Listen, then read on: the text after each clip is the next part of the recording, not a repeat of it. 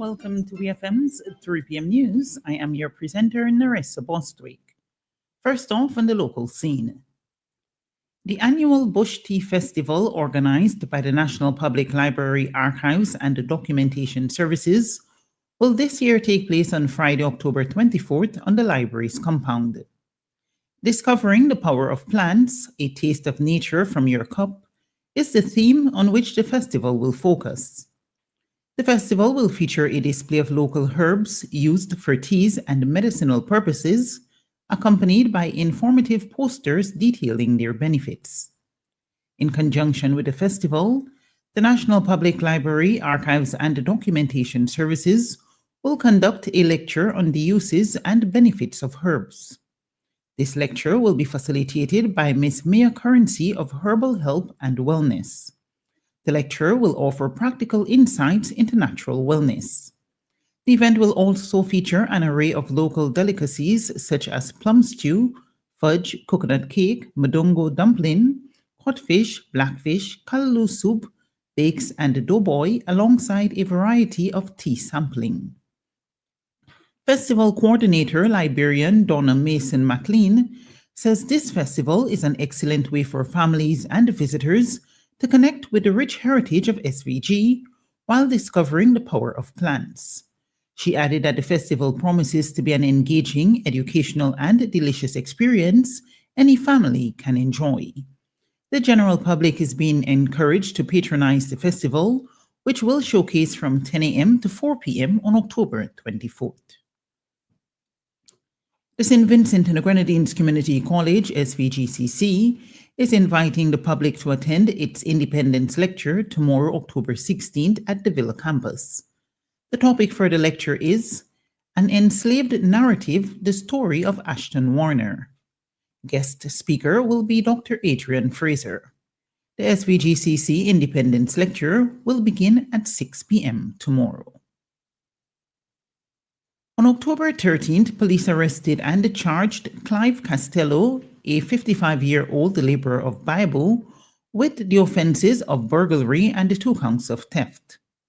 According to the investigations, on July 18th this year, the accused entered the dwelling house of a 62-year-old resident of Bible as a trespasser and stole a quantity of alcoholic beverages and tobacco products, totaling EC $170.50, as well as EC $5,250 in cash, the property of the complainant. On September 7th, the defendant allegedly stole 4 mature pumpkins valued at EC $410, the property of a 55-year-old farmer of Yambu. He was subsequently charged with the offense. The offenses were committed in Baibu and Yambu, respectively. Castello appeared before the Kalioquah Magistrate Court on October 14th, where he pleaded not guilty to the charge of burglary and theft that occurred in Baibu, and guilty to the charge of theft that occurred in Yambu.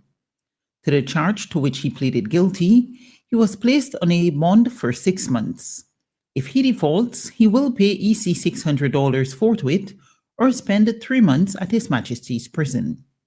For the offense to which he pleaded not guilty, he was granted bail in the sum of EC $2,000 with 1 surety. The matter was adjourned and transferred to the Baibu Magistrate Court for today, October 15th. In regional news, President of the Caribbean Court of Justice, CCJ, Justice Winston Anderson, is on a 3-day visit to Guyana and will be meeting with political parties as part of the visit, the CCJ has announced. In a release on Monday from the CCJ, it was explained that Justice Anderson will pay a courtesy visit to President Irfan Ali, Acting Chancellor Justice Roxanne George, Attorney General Anna Nanlal, CARICOM Secretary General Dr. Carla Barnett, and representatives of the We Invest in Nationhood, WIN, a Partnership for National Unity, APNU, and the Forward Guyana Movement, FGM. Justice Anderson is in Guyana for the swearing-in ceremony of Justice Arif Bulkan, who is Guyanese, and will be sworn in as the newest judge on the CCJ on Thursday. Justice Bulkan was selected by the Regional Judicial and Legal Services Commission in August to join the CCJ as a judge. He will fill the vacancy created by the elevation of Justice Winston Anderson to the presidency of the court. Soldiers conducting a trek in a forested area off North Post Road, Diego Martin in Trinidad, made a grim discovery on Tuesday afternoon when they stumbled upon the decomposing body of a man.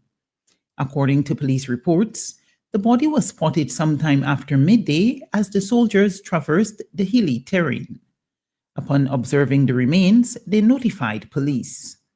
According to the Trinidad Express, police said the victim, who is believed to be a man from Agostini Terrace, Diego Martin, was found lying on an incline with his hands tied behind his back. A tie was also fastened around his neck, and initial observation suggested the body bore a gunshot wound to the head. Investigators noted that the body was in an early stage of decomposition, suggesting the death occurred recently. They suspect the victim may have been killed elsewhere and subsequently dumped in the remote forested area.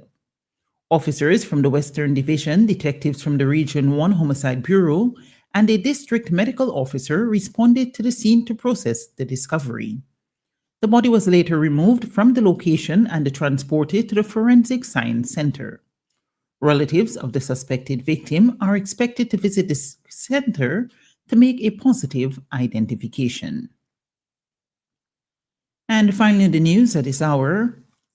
Plans to reintroduce military service in Germany have been thrown into chaos because of an 11th-hour row amongst the governing parties.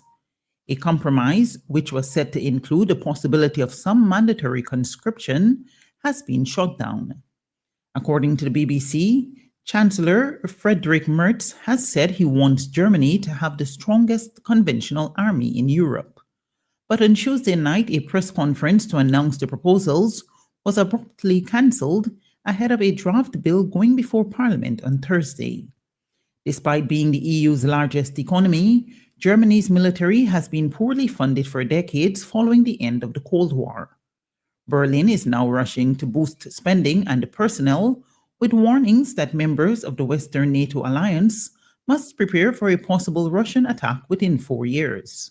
However, military service remains a politically sensitive issue.